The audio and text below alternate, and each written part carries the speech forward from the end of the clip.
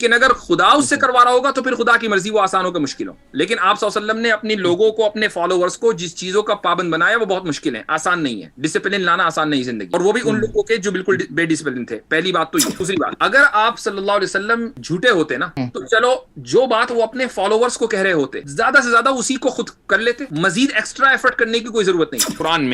قرآن میں سورہ عائشہ ہوتی، سورہ خدیجہ ہوتی، سورہ فاطمہ ہوتی، سورہ ابو بکر، سورہ عمر، کچھ بھی نہیں ہے. کون سی؟ سورہ مریم. اگر خدا موجود نہیں ہے تو نہ تو آپ کا نقصان نہ میرا نقصان. نہیں ہے تو نہیں، کیا کر لے گا وہ جب ہے ہی نہیں. لیکن اگر ہے تو بھیا میرا نقصان نہیں، پھر آپ کا ہی نقصان ہے. آپ مجھے 5 سب سے بڑی وجہ بتائیے جس سے آپ یہ پروف کر سکے کہ اسلام سچا مذہب، ثبوت کے ساتھ. میں دیکھتا ہوں، پھر میں اس کو کوئی جواب نہیں دوں گا. میں اس کو کوئی جواب نہیں دینے والا، میں صرف اس کو لکھوں گا. 5 کیوں چاہیے سر؟ کتنے؟ 10 دے دیں سر؟ پھر 21 دے دوں؟ 10 دے دیں سر، پھر 10 صحیح رہے گا. میں تو 21 دوں گا. سر میں 21 کیسے لکھوں گا؟ آپ جلدی کریں، میں آپ کا کیا فٹافٹ ہم ابھی بڑے کمزور انسان. چلو 1-2 لے لو پھر. دیکھیں، اسلام کی جو سچائی ہے نا وہ رسول اللہ کی سچائی کے اوپر ڈیپینڈ کرتی ہے. اس کو تو مانتے ہیں؟ ہاں بالکل مانتے ہیں سر. اگر رسول اللہ صلی اللہ علیہ وسلم جھوٹے ہیں تو اسلام جھوٹا ہے. ٹھیک؟ ہاں سر. ٹھیک. اب ہمیں صرف یہ ثابت کرنا ہے کہ رسول اللہ نے جو بات کہی ہے، جو بھی کہا ہے، جو بھی قرآن بتایا ہے، وہ جھوٹا نہیں ہے. ٹھیک.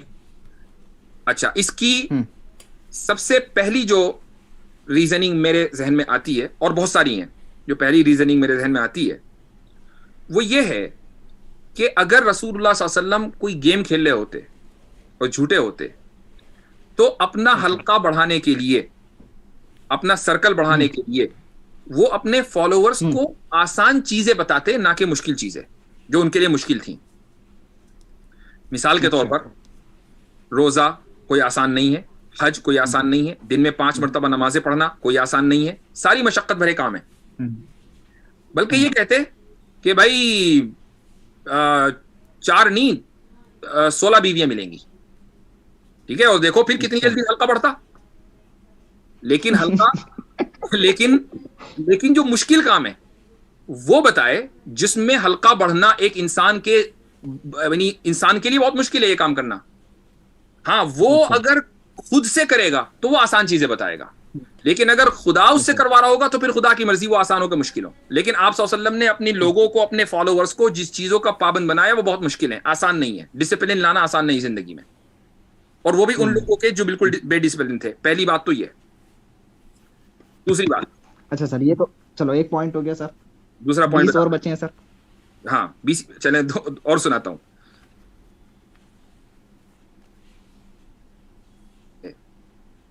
کہ آپ صلی اللہ علیہ وسلم اگر اپنے نبوت کے دعوے میں سچے نہ ہوتے نا تو ان کو دشمنی مول لینے کی کوئی ضرورت نہیں تھی، جبکہ ان کے سامنے پورے حجاز اور جزیرۃ العرب کی لیڈرشپ ان کو آفر کی گئی تھی. اچھا ٹھیک. تو جب لیڈرشپ ان کو آفر کر دی گئی تو اگر ان کو لیڈرشپ ہی چاہیے تھی تو ٹھیک ہے، ہو گیا میں لیڈر، مجھے کیا ضرورت ہے خون خرابہ کرنے کا، اتنی محنت بھرنے کا، مکے سے نکلنے کا، پیدل جانے کا، جب مجھے مکے میں بیٹھے بیٹھے پوری لیڈرشپ مل رہی ہے. اس کے باوجود آپ نے اپنے مشن کو جاری رکھا، جو اس بات کی دلیل ہے کہ لیڈرشپ نہیں چاہیے تھی، مقصد لیڈرشپ نہیں تھا. ٹھیک ہے. ٹھیک. تیسرا پوائنٹ، اگر آپ صلی اللہ علیہ وسلم جھوٹے ہوتے نا تو چلو جو بات وہ اپنے فالوورز کو کہہ رہے ہوتے زیادہ سے زیادہ اسی کو خود کر لیتے، مزید ایکسٹرا ایفرٹ کرنے کی کوئی ضرورت نہیں تھی. لیکن آپ صلی اللہ علیہ وسلم نے امت کو تو کہا کہ 5 نمازیں پڑھنی ہے، خود تہجد بھی فرض کر لی اپنے اوپر. امت کو تو کہا کہ روزہ رمضان میں ہی رکھنا فرض ہے، لیکن اور بیچ میں افطار کرنا ضروری ہے، کنٹینیوس نہیں رکھنا، خود کنٹینیوس روزہ رکھ رہے ہیں. کیوں بھائی اتنی مشقت کیوں جھیل لیں؟ اچھا، اگر خود 5 نمازیں بھی پڑھ لیتے اور چھٹی نہ پڑھتے تہجد میں، کوئی آ کے پوچھنے والا نہیں تھا کہ آپ رات کو تہجد کی نماز کائیں کو نہیں پڑھتے. تو ایڈیشنل پڑھنا اس بات کی دلیل ہے کہ آپ صلی اللہ علیہ وسلم کا جو دعوی نبوت تھا وہ جھوٹا نہیں تھا. ٹھیک ہے. اچھا، ایک اور پوائنٹ لے لیں، وہ یہ ہے کہ اگر آپ صلی اللہ علیہ وسلم سچے نہ ہوتے، جھوٹے ہوتے، تو یہود اور نصارہ کرسچنز اور جوز کی جو کے بارے میں آپ صلی اللہ علیہ وسلم کو یہ پتا تھا کہ انہوں نے اپنی کتابوں کے اندر ڈسٹورشن کر دیا ہے, ٹھیک ہے, اس کے باوجود وہ اپنی امت کو یہ تعلیم نہ دیتے کہ اگر تمہیں اہل کتاب کوئی بات کہیں مذہبی, ٹھیک ہے, اپنی مذہبی کتابوں سے کچھ کوٹ کر کے بتائیں, تو نہ تو تصدیق کرنا نہ تکذیب کرنا, نہ جھٹلانا نہ کہنا کہ سچ ہے. کیوں؟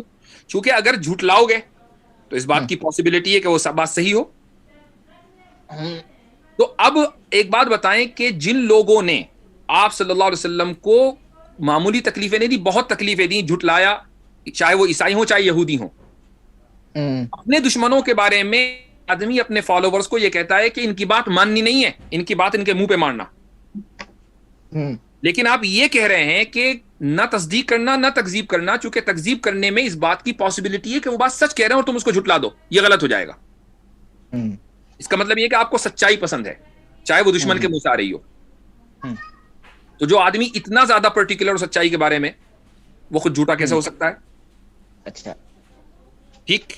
اچھا, ایک اور پوائنٹ ہے, اور وہ یہ ہے کہ اگر آپ صلی اللہ علیہ وسلم جھوٹے ہوتے تو آپ اپنی فیملی کو, اپنے قریبی لوگوں کو قرآن میں جس کے بارے میں آپ یہ سمجھ رہے تھے کہ یہ بہت بڑا انقلاب لانے والا ہے, بلینز آف لوگ اس کو مانیں گے, تو اپنی فیملی کو سب سے زیادہ گلوریفائی کرتے, اپنے آپ کو گلوریفائی کرتے. قرآن میں سورہ عائشہ ہوتی, سورہ خدیجہ ہوتی, سورہ فاطمہ ہوتی, سورہ ابو بکر, سورہ عمر, کچھ بھی نہیں ہے. کون سی؟ سورہ مریم, ٹھیک, سورہ نوح, سورہ یوسف. تو سورہ عائشہ, فاطمہ, خدیجہ کیوں نہیں ہے؟ خود آپ صلی اللہ علیہ وسلم کا نام 4-5 مرتبہ ہی کیوں ہے, جبکہ حضرت موسیٰ کے مردو سے 3 صفحے پہ آ جاتا ہے؟ تو ایک آدمی اگر کوئی کام کوئی اپنا لکھوں گا نا, تو میں چاہوں گا کہ بھائی میری تعریف ہو نا, تو میں ہر جگہ دکھوں اپنی تحریر کے اندر, میں نظر آؤں. یہ ہیومن نیچر ہے. لیکن ایسا نہیں ہوا. اچھا سر. ٹھیک. ایک اور چیز وہ یہ کہ اگر آپ صلی اللہ علیہ وسلم جھوٹے ہوتے تو بہت آسانی کے ساتھ رسول اللہ صلی اللہ علیہ وسلم کو ابو لہب جھوٹا ثابت کر دیتا. اچھا, کیسے پتا ہے کیسے؟ وہ اس طریقے سے کہ قرآن میں آیت نازل ہوئی, تبت یدا ابی لہب وتب ما اغنی عنہ مالہ وما کسب سیصلی. اب یہاں جو سیصلی کا لفظ ہے, اس سے اللہ نے یہ ثابت کیا کہ یہ آدمی کافر ہی مرے گا, چونکہ اس کو جہنم میں جانا ہے. ابو لہب آپ صلی اللہ علیہ وسلم کو جھوٹا ثابت کرنے کے لیے یہ پرٹینڈ کرتا کہ چلو میں نے تو مان لیا, محمد کے اوپر میں ایمان لے آیا, دل سے نہ لاتا. لوگوں کی نظر میں آپ صلی اللہ علیہ وسلم جھوٹے ثابت ہو جاتے. لیکن وہ آپ صلی اللہ علیہ وسلم کو اتنا بھی, یعنی ایک کامن سی بات ہے, کوئی بھی آدمی جھوٹا ثابت کر سکتا ہے اگر کسی انسان کا کلام ہے, لیکن وہ آپ صلی اللہ علیہ وسلم کو جھوٹا ثابت نہیں کر سکا. اچھا ٹھیک. ایک اور پوائنٹ, قرآن کریم میں ایک آیت ہے, یہودیوں سے خطاب ہے کہ اگر تم یہ سمجھتے ہو کہ تم ہی اللہ کے محبوب ہو اور تمہیں جنت میں جانا ہے, تو تم موت کی تمنا کر لو, چیلنج ہے تمہیں. دیکھو قرآن یہ نہیں کہہ رہا ہے کہ موت اختیار کر لو, مر جاؤ, مرنا تو بہت مشکل ہے. قرآن یہ کہہ رہا ہے موت کی تمنا کر لو. تم تمنا بھی نہیں کرو گے. قرآن نے چیلنج ان کو دیا کہ تم تمنا بھی نہیں کرو گے. یہود نے کسی بھی ہسٹوریکل ریکارڈ میں ایسا نہیں ہے کہ انہوں نے رسول اللہ صلی اللہ علیہ وسلم کے زمانے میں موت کی تمنا کی ہو. تمنا کرنے میں کیا تھا؟ کہہ دیتے کہ لو جی کر لی, ہاں جی ہمیں تمنا ہے, ہم مرنا چاہ رہے ہیں. ہاں, موت کی تمنا کا مطلب کیا ہے؟ صرف کہہ دیتے ہاں ہمیں تمنا ہے, ہم مرنا چاہ رہے ہیں. لیکن انہوں نے یہ بھی نہیں کہا, تمنا کا اظہار تک نہیں کیا, ورنہ بہت آسانی کے ساتھ وہ رسول اللہ صلی اللہ علیہ وسلم کو جھٹلا دیتے. لیکن آپ صلی اللہ علیہ وسلم کو وہ نہیں جھٹلا پائے. ٹھیک. ایک اور سن لیجئے, وہ یہ ہے کہ رسول اللہ صلی اللہ علیہ وسلم کے ایک صاحبزادے تھے جن کا نام تھا ابراہیم, شاید سناؤ.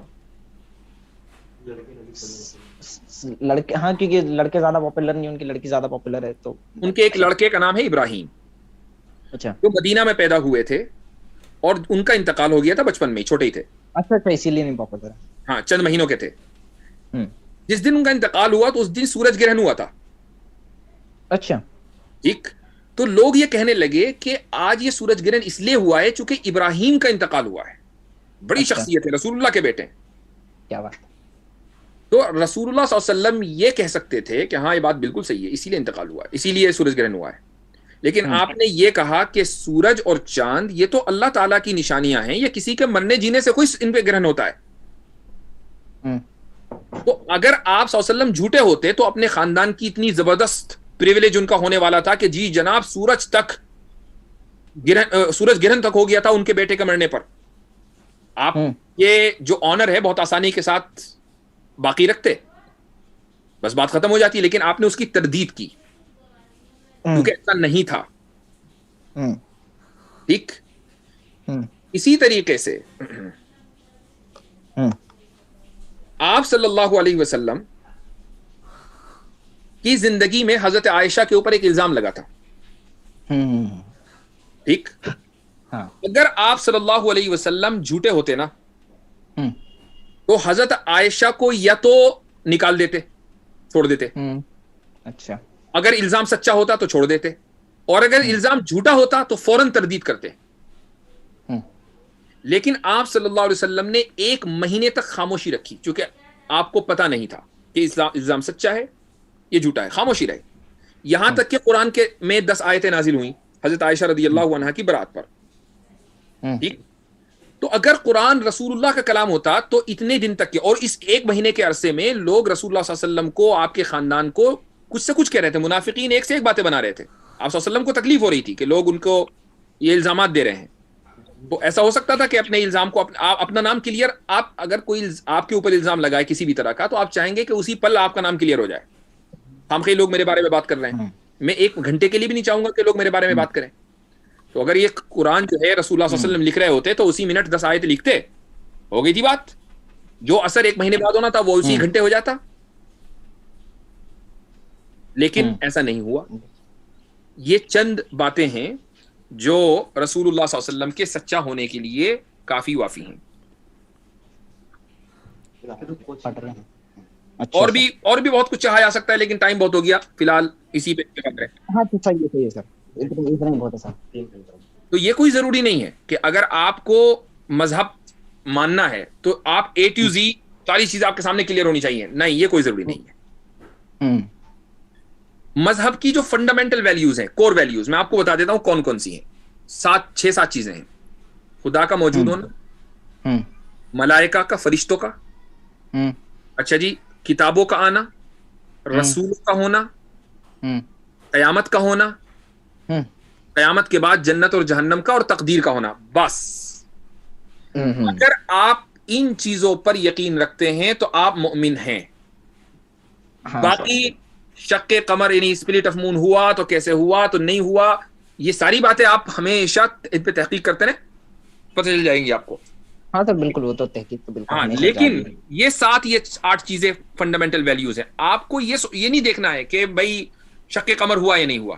ہر ایک کی انٹرپریٹیشن ہو سکتی ہے. مثال کے طور پر آپ نے کہا کہ نہیں جی سب کو نظر آنا چاہیے, میں نے کہا نہیں سب کو نظر نہیں آنا چاہیے, تو دیکھیے ڈفرنس آف اوپینین ہو گیا. ٹھیک ہے, یعنی آپ یہ نہیں کہہ سکتے کہ میں 100% غلط ہوں, میں صحیح بھی ہو سکتا ہوں. میرا بھی یہی کیس ہے سر, میں بھی ہو سکتا ہوں. آپ بھی صحیح ہو سکتے, بالکل میں مان کر چل رہا ہوں. آپ بھی صحیح ہو سکتے ہیں, میں بھی صحیح ہو سکتا ہوں. لیکن آپ کسی مذہب کو اس بنیاد پر جج نہیں کریں گے کہ یہ چھوٹی چیز ہے, یہ چھوٹی چیز ہے, اس بنیاد پہ جج نہیں کریں گے جس میں دو لوگ ڈس ایگری کر رہے ہوں اور دونوں میں سے کوئی بھی صحیح ہو سکتا ہے کوئی بھی غلط ہو سکتا ہے. اس بنیاد پر مذہب جج نہیں ہوگا. بالکل. ہاں ویسے بھی سر کسی بھی اتنی بڑی چیز کا ڈیسیجن لینا وہ ایک چیز پہ یا ایک آرگومنٹ یا ایک بات پہ تو ہوتا نہیں ہے. نہیں ہوتا. آپ کو جو تحقیق کرنی ہے نا, وہ تحقیق کرنی ہے ان 6-7 باتوں کے اوپر. سب سے مین چیز تھی خدا کا موجود ہونا اپنی صفات کے ساتھ, اپنے ایٹریبیوٹ کے ساتھ. آپ اس پر تحقیق نہ کریں کہ جی شق قمر ہوا کہ نہیں ہوا, آپ اس پہ تحقیق کریں کہ خدا کیوں موجود ہے اور میرے پاس ایسی کیا دلیل ہے جس سے میں ثابت کروں کہ وہ موجود نہیں ہو سکتا اپنے ایٹریبیوٹس کے ساتھ. بس یہ ہے اصل چیز. یہ میری آپ کے لیے ایڈوائز ہے, اور میں دعا کرتا ہوں کہ اللہ تعالیٰ آپ کو سیدھا راستہ دکھائے. لاسٹ پوائنٹ اتنا ضرور کہوں گا کہ مرنے کے بعد ایک آدمی اگر اس کو یہ پتا چلے کہ خدا موجود ہے تو بہتر آپشن یہی ہے کہ آدمی یقین کر لے. اچھا سر. چونکہ اگر خدا موجود نہیں ہے تو نہ تو آپ کا نقصان نہ میرا نقصان. نہیں ہے تو نہیں, کیا کر لے گا وہ جب ہے ہی نہیں. ہاں لیکن اگر ہے تو بھیا میرا نقصان نہیں, پھر آپ کا ہی نقصان ہے. اچھا سر.